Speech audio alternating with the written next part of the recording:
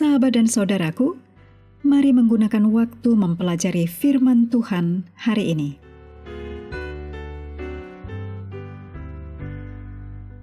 Hari Senin tanggal 15 September, judulnya Agar Aku Bisa Mengenalmu.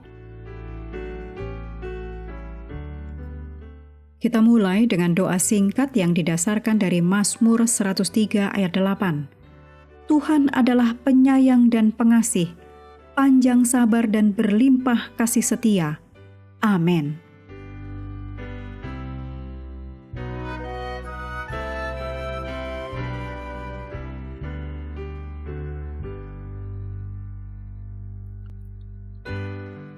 Dalam Keluaran 33 ayat 12-17, Musa meminta kepada Tuhan untuk mengajarkan kepadanya jalan Tuhan, agar Musa dapat mengenal Tuhan. Musa juga meminta kehadiran Tuhan untuk membimbing mereka.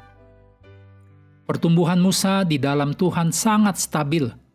Ia semakin mendekatkan diri kepada Tuhan dan berusaha untuk menjadi serupa dengan gambar Allah.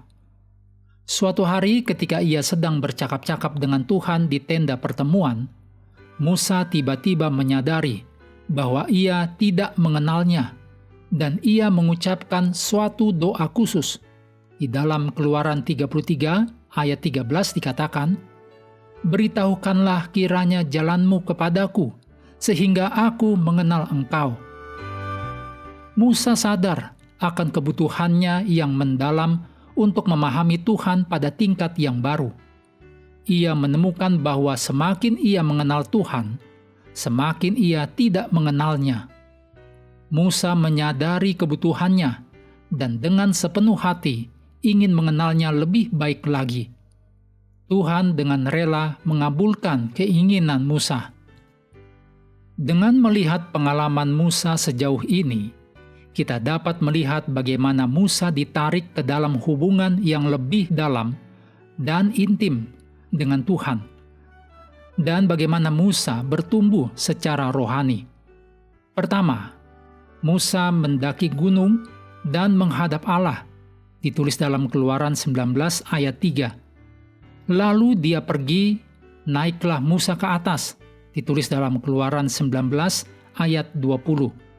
Dan kemudian mendekati awan, embun yang kelam di mana Allah ada, ditulis dalam Keluaran 20 ayat 21. Di kesempatan lain, masuklah Musa ke tengah-tengah awan itu, di mana Tuhan berada, dan ia tinggal bersama Tuhan selama 40 hari dan 40 malam. Ditulis dalam Keluaran 24 ayat 18. Selama 40 hari itu, Allah memberikan dua hadiah yang sangat berharga kepada Musa.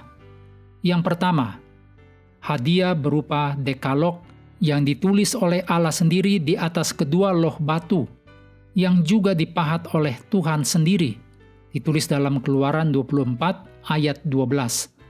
Dan yang kedua, petunjuk-petunjuk tentang bagaimana membangun dan melengkapi kemah suci, ditulis dalam Keluaran pasal 25 sampai pasal 31.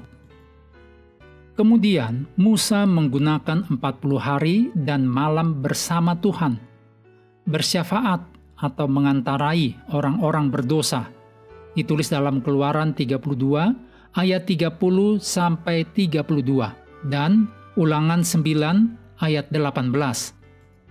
Bahkan setelah semua itu, Musa masih ingin mengenal karakter Tuhan secara lebih konkret, dan Tuhan segera memberi Musa pengertian khusus untuk memahami siapa Tuhan.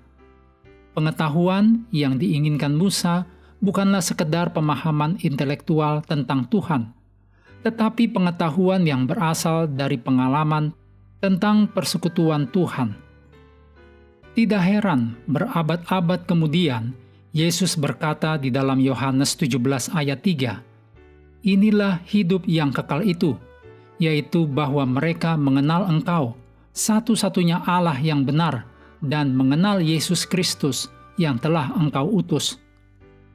Adakah cara yang lebih baik bagi Tuhan untuk membuat dirinya dikenal oleh manusia selain dengan menjadi manusia itu sendiri?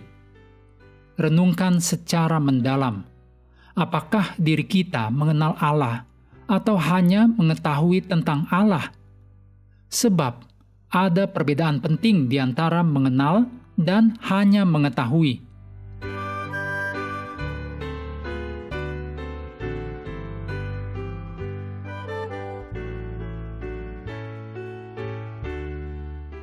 Mengakhiri pelajaran hari ini, mari kembali ke ayat inti, Keluaran 34 ayat 6 dan 7. Berjalanlah Tuhan lewat dari depannya dan berseru, Tuhan, Tuhan, Allah penyayang dan pengasih, panjang sabar, berlimpah kasih setianya dan setianya, yang meneguhkan kasih setianya kepada beribu-ribu orang, yang mengampuni kesalahan, pelanggaran, dan dosa. Tetapi tidaklah sekali-kali membebaskan orang yang bersalah dari hukuman, yang membalaskan kesalahan bapa kepada anak-anaknya dan cucunya, kepada keturunan yang ketiga dan keempat.